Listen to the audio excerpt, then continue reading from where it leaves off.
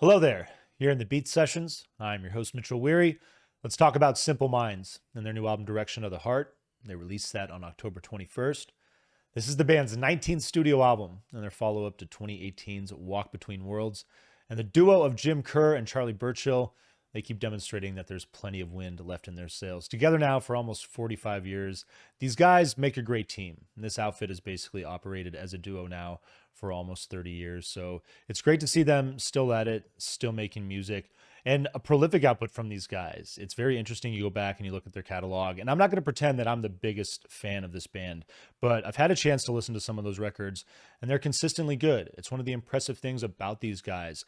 Their style, that electronic sound, it certainly makes it a little easier, I think, to move through decades. It's become more of a timeless sound in the last 40 years, but I think Charlie, his guitar work on this record is great. And that's the one thing that's, really special about Simple Minds. You get that post-punk work, you get that new wave element, lots of just, big synth keyboard washes. But I do like the guitar work. I like the rock and roll element of their music. And you want to talk about Jim, vocally, I think he's, throwing down some really insightful lyrics on this thing. And I think his melodies, some of his best to date as well. This album isn't perfect, but this collection of 9 songs, it's a little hot, coming in at 38 minutes. There's a couple bonus tracks as well if you want to check those out. But this is a fun album. It really sees these guys energized in a way that I just feel they haven't been on records in the past few decades. So, it's cool that they got some new pieces in the puzzle, some new members of the band that I think are contributing energy. And this record sounds like these guys are making an album in 2022, if that makes sense. It sounds like they're working within their wheelhouse, but also making a record that is fresh and fun to listen to. This band is a really good example of something that I bring up on the channel from time to time. But you look at mainstream media coverage of this band, this album, there's nothing. And that disparity between the American market and the rest of the world, basically. And I would say that, I'd argue if you went around and asked the average person, I would say that if you're a fan of Simple Minds, obviously you're dialed into what's going on.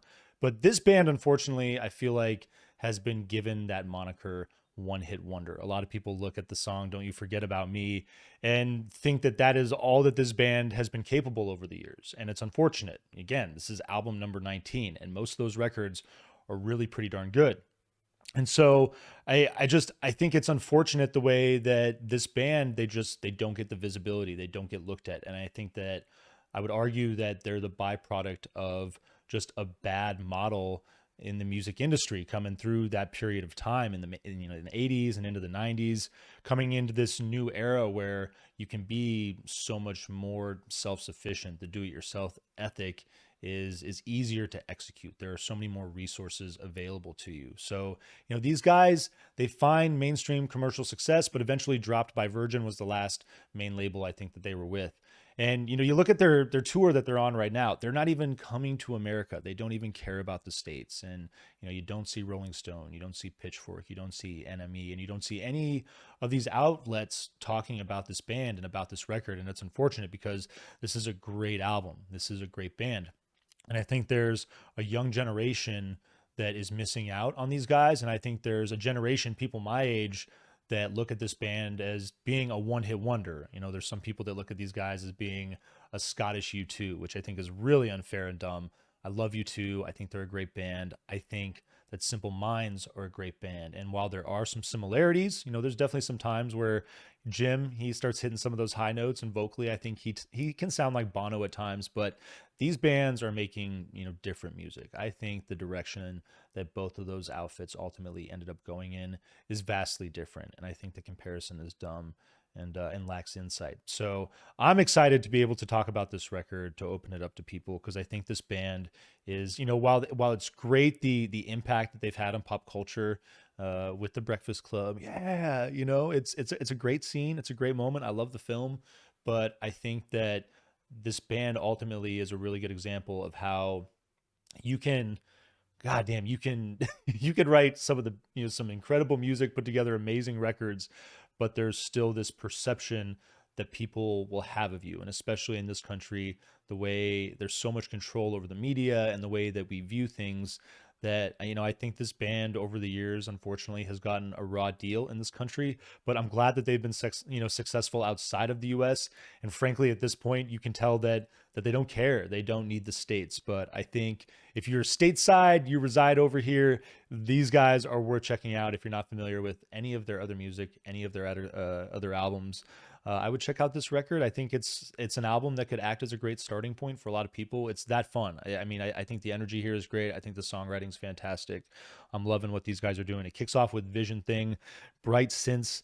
Kick this thing off. You get this like 2-note groove that just kind of settles in.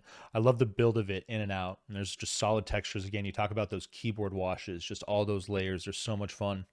And I like how Charlie's guitar work becomes more prominent on the back half of this song. That works in a lot more, and it's a great way to kick this thing off. First You Jump is your second track, synth intro, and I love that in this kind of loose synth intro, you can feel the way the groove is going to develop. I think it's really cool the way that they were able to pull that off. It's probably my favorite thing about the song, but it's dark, driving. The keyboard riff in this song is dope. Really digging the energy of the track. It's a nice follow-up to the opener. Human Traffic is your third song. This is an interesting song. It takes on more kind of like a pop rock feel. There's you get that feel in the intro, and then the verses more synth driven. It definitely gives me that feel of like Steve Winwood, Peter Gabriel. But this song, it's good. But if I have one criticism of the album, I feel like there's just something about this song that just didn't quite settle with me after a couple of listens. Its place in the track list and just the rest of these compositions overall, and with this song, it kind of felt slightly out of place a little bit. That's my basically my only criticism of this thing. I think overall, like I said, there's just a lot of really great music on here. Who Killed Truth is your fourth song. Lyrically loving this. I love the acoustic riff to open, bit of U2, bit of that flair there. But then I like the way that it kicks in with this like gothic style post-punk feel, which is not U2 like at all. That's definitely a big part of where that difference lies, I'd feel like, with these two outfits. But I definitely dig that post-punk flair.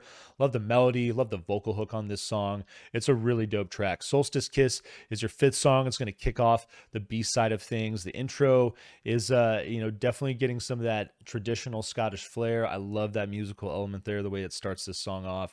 And then this song is going to kick in with a real cool rockin' feel after about a minute. And reminded me, again, talking about U2, kind of what they were working with in the early 90s with Achtung Baby, that sound that they were messing around with. And I really think it's a great way to open up the second side of this record. Act of Love is your sixth song.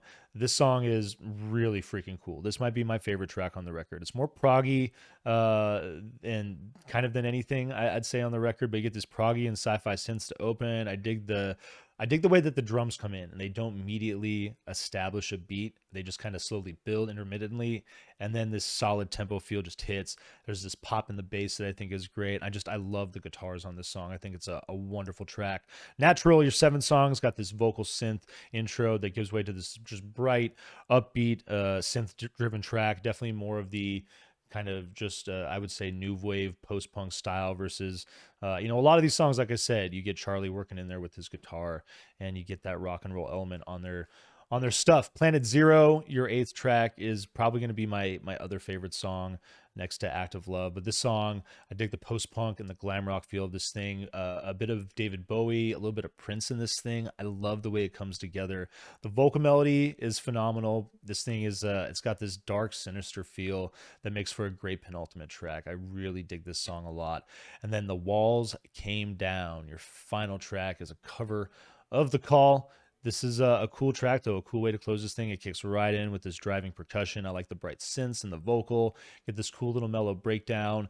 And then there's that bright vocal melody in the coda to close out the track, close out the record.